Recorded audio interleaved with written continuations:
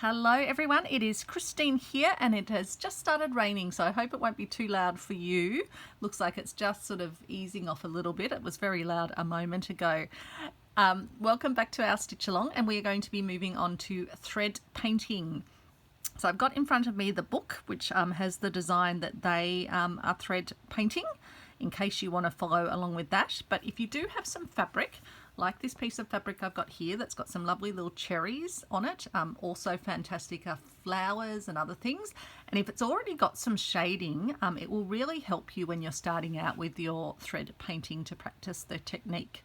So I'm going to be working on one of these little cherries, but in case you want to draw yourself a design like this, I thought I would just show you. And as you can see with the design, let's just focus on the peach for a moment. They've got darker colours around the outside and also around the little creasy bit of the peach, and then some lighter, and then some further in. So they are using 5 different shades, and then the leaves they're using 3 shades of green.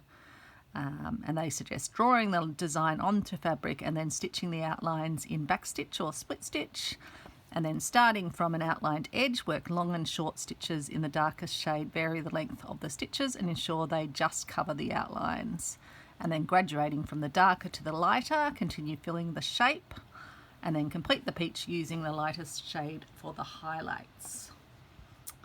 And then likewise for the leaves, fill in the leaves with satin stitch, completing one side before stitching the next. The darkest green is used close to the peach, so it's sort of in that shadowy area, and then using the light brown thread and starting from the base, work the stem in satin stitch. So up there, and then up there. So that is the design that they suggest, and I'll be using my little cherries, and I think I'm going to work mine in some wools. In theirs they're using 2 strands of stranded cotton and a number 10 crewel needle, but I think I'll use some wool. So I think I'll start with this lightest white first, and then I can meld the other colours into it. See if I can get this. These are all vintage wools from someone else's collection.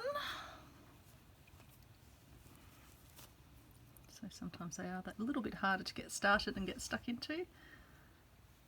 So I'll just work on one cherry. I think that will be enough for a video. I try and keep these manageable little slots.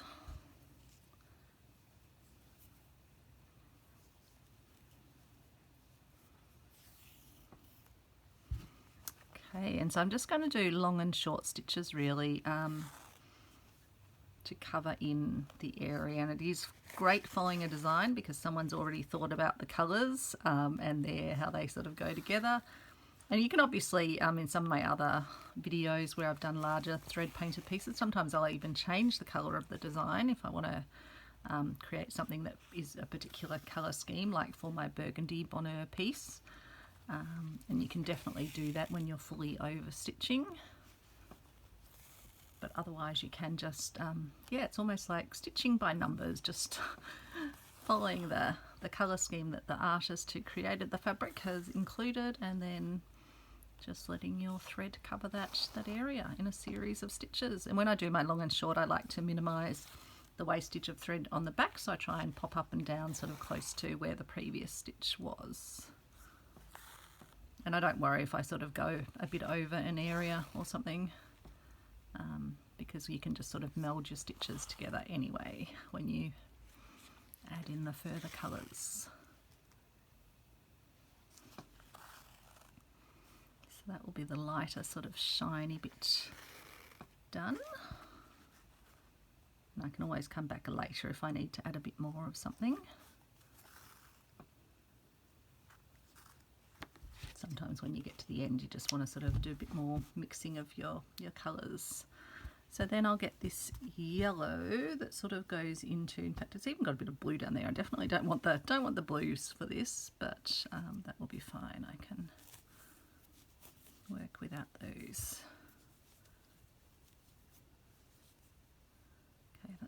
was just wrapping the neck of it. See if I can just extract one strand. It's got a bit of blue at the end. I might just, I'll just not use that end, I guess.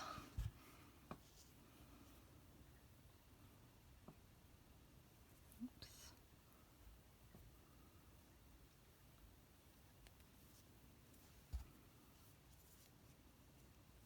So this is just an Appleton sort of type crewel wool.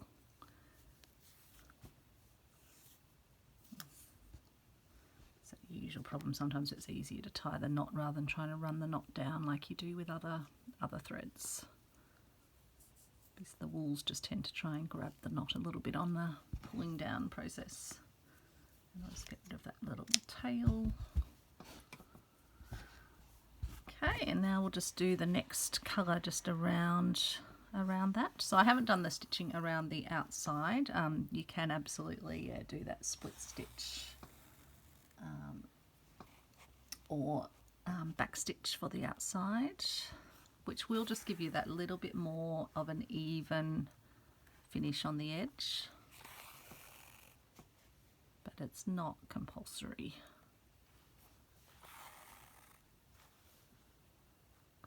More of the pinky colours here, but that's okay because we then meld into the pink.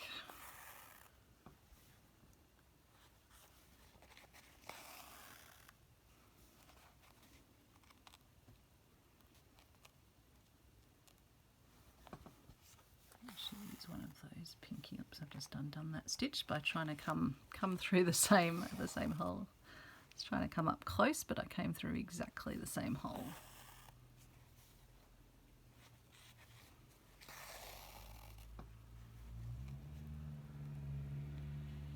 Just using the pinky colour that's in the variegation of the thread just around the outside here.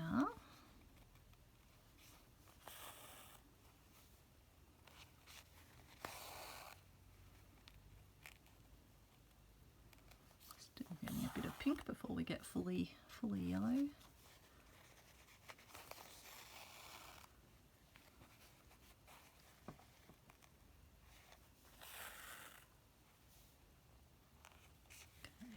Starting to get some yellowy bits now.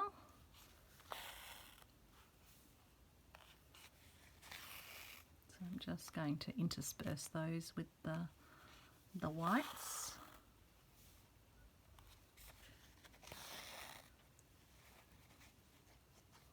It's probably not as yellow yet as the actual design, but that's okay.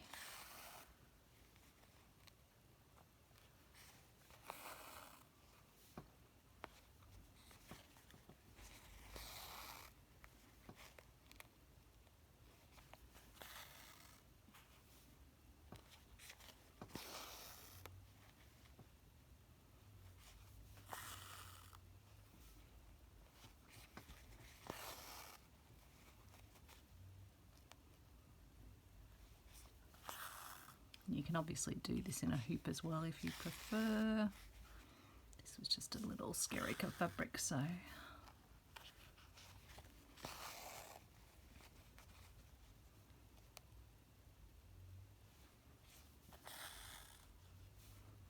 put a few more in here.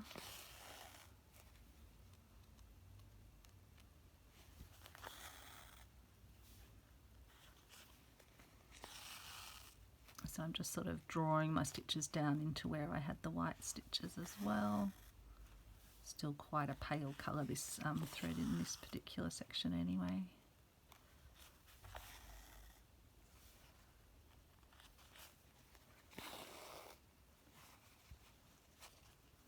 Just add a few more stitches around here.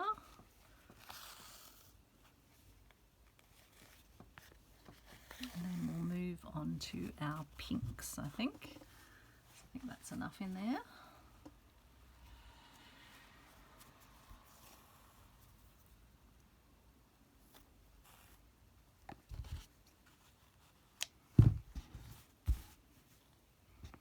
So I'll get some of this pink, which is Appleton's crewel wool.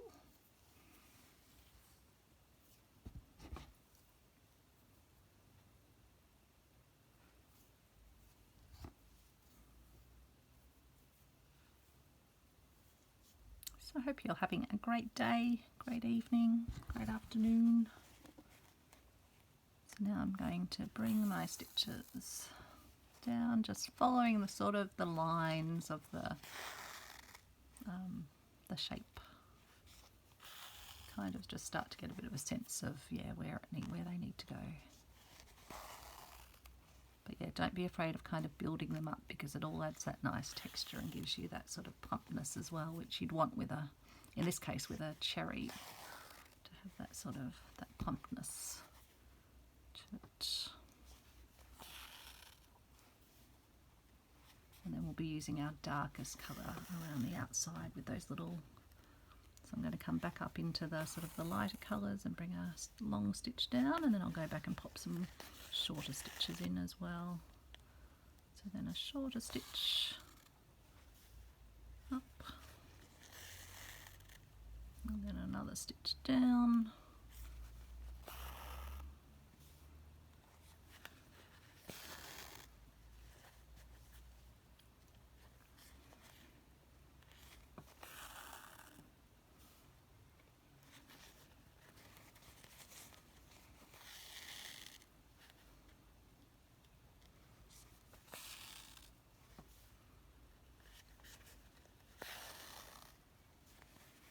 Just going to stretch it a little bit, because sometimes when you are doing the thread painting it can get a little bit sort of caught up.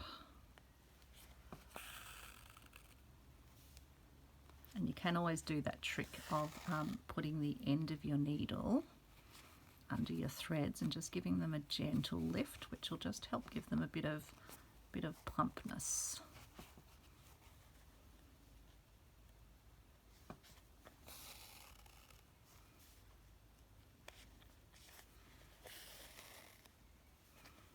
Definitely not a quick activity when you're doing thread painting, but it's a lovely relaxing activity. I think you'll be watching this on Friday. So another week will be done, and another week closer to Christmas. I've just been putting up my Christmas tree today and wrapping presents for Travis. Most of the presents under the tree are for Travis, but I've had to resort to putting them in a box and then wrapping the box, because Travis decided to help himself to some of the presents when I was making lunch. I thought, why has he gone? Why has he left the kitchen? Normally he'll be sort of watching what I'm up to, and then looked outside and he was wagging his tail. I'm very proud that he'd managed to get a wrapped present, unwrap it and take it outside. He hadn't actually chewed into it or anything, but he's figured out this this Christmas caper, and he thought maybe Christmas could be today. Okay, and I'll add a few more up here, but then I'll come around with that sort of that darker colour that I'll come in with the next up.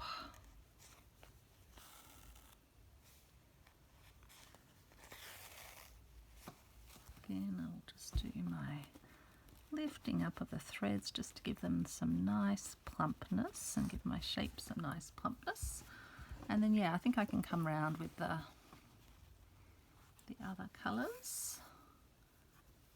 So as you can see here on the back, I really minimised the amount of wool that I used on the back by just popping in and out close to where I was on the previous stitch. That bit, and then we've got this quite a bit darker. It's almost a plummy colour, but I think it will do the job.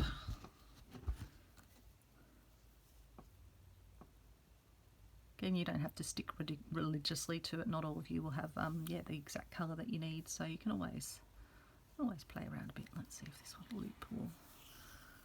There we go. We got that knot to go down. So now I'll come round and just do the final little, and I'll just take care here to try and get the border as even as possible. But this is where if you did have that outline stitch or split stitch, it would also help you just get a nice even border. Sorry, I'll stay on camera. So just bringing little stitches to overlap.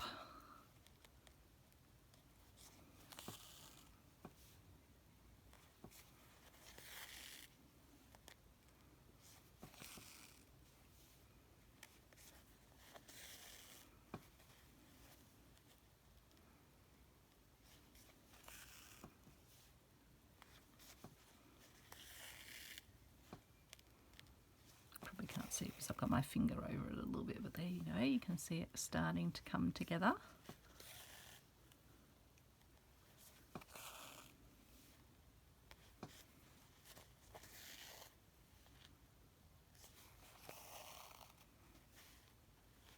So just slightly overlapping your little long and short stitches, just slightly going up into the other colour area. Just so you don't get a sort of like a straight line or anything, you're just getting that random integration of colours. So now I'm going to come around the side and put the stitches in to delineate the edge. And a bit of shading here.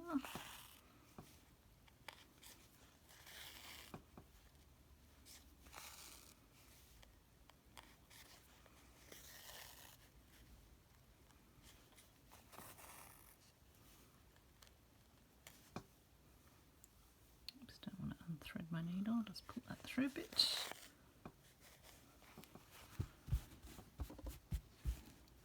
And there we go. That is a thread painted. And I'll just do again here with these bottom ones. I'll just give them a little bit of lift, a little bit of stretching out. And that is our thread painted cherry. So it's a lot of fun.